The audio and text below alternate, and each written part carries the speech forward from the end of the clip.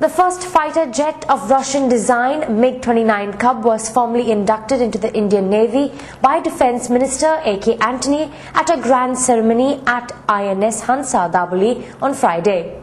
Initially, 4 MiG-29K fighter aircraft have been inducted, and the Defence Minister informed that as per the Navy's requirements, an additional 29 fighter aircraft of that type will be acquired from Russia and inducted in the Navy. Goa has had the honour of formally inducting the Russian-made MiG-29 Cub aircraft into the Indian Navy at a grand ceremony at INS Hansa, Daboli, presided over by the Defence Minister A.K. Antony. The 4 jets inducted will soon be joined by another 2 that are currently being tested, while 10 more will be received in the next few months. Earlier, the Defence Minister was accorded a warm welcome with a guard of honour by the Indian Navy. There was an aerobatic display by Sea Harrier aircraft, Illusion 38, Chetak helicopter, Sagar Kiran and Donier. Besides, the MiG-29 Cub took part in the grand flypast to mark the event.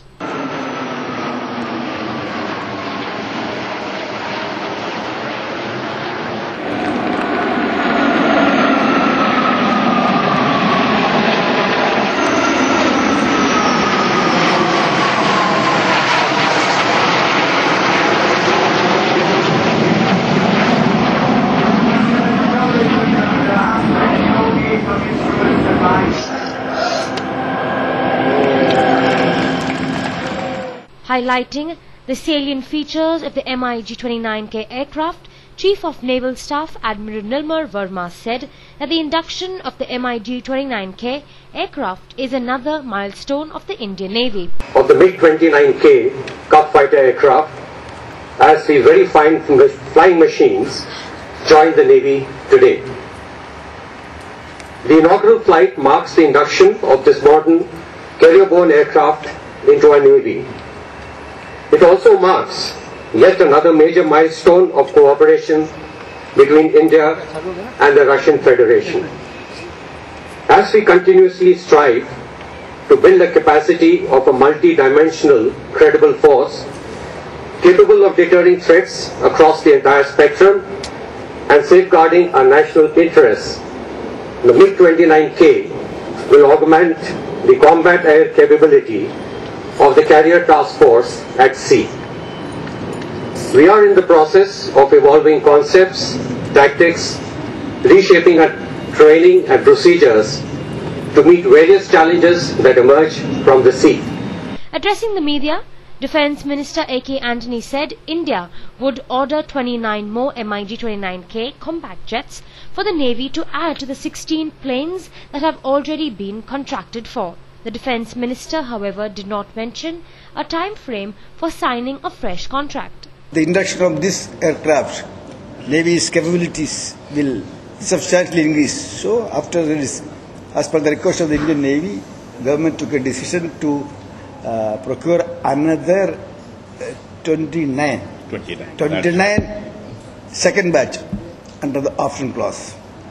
We hope to enter in the contract at the earliest. Government has taken a decision. Timing I can't say, but I hope it will be at the earliest. Timing I cannot say. Mr. Antony also informed that the Indian Navy would have 2 aircraft carriers within a couple of years. Admiral Gorskov would be acquired from Russia, and the long-pending construction of an indigenous aircraft carrier would also be achieved within the next couple of years. Intergovernmental agreement on product support and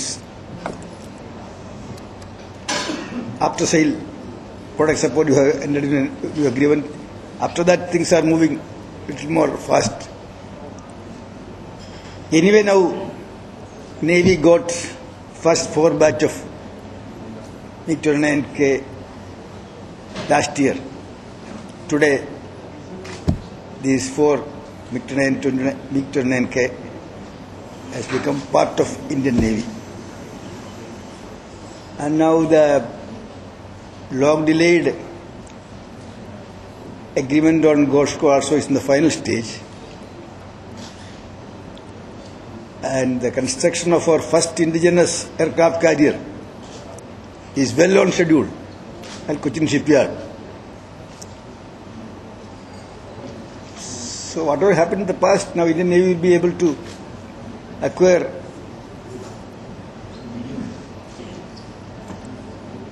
two aircraft carriers within a couple of years. Touching on the India-Pak relations, the Defence Minister said that everybody knew that there were 42 terrorist camps across the border. He said infiltration attempts were on the increase as terrorists were very active. The question of sincerity comes. Everybody knows very well all these 42 terrorist camps in Pakistan. How Foreign Secretary will talk with government of Pakistan. It's a considered decision of the government. After considering various aspects. So we think, in spite of many provocations, let there be a beginning by of this secretarial talks.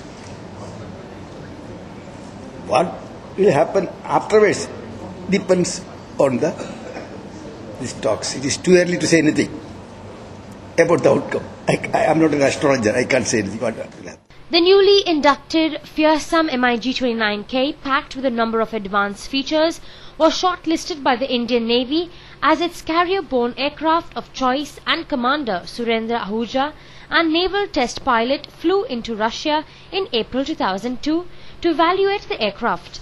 An interesting facet of the evolution was that he had to fly the prototype of the MiG-29K solo without having the luxury of first having flown its two-seater version with an instructor, simply because the two-seater is equipped with a top sight E helmet, mounted display and sight.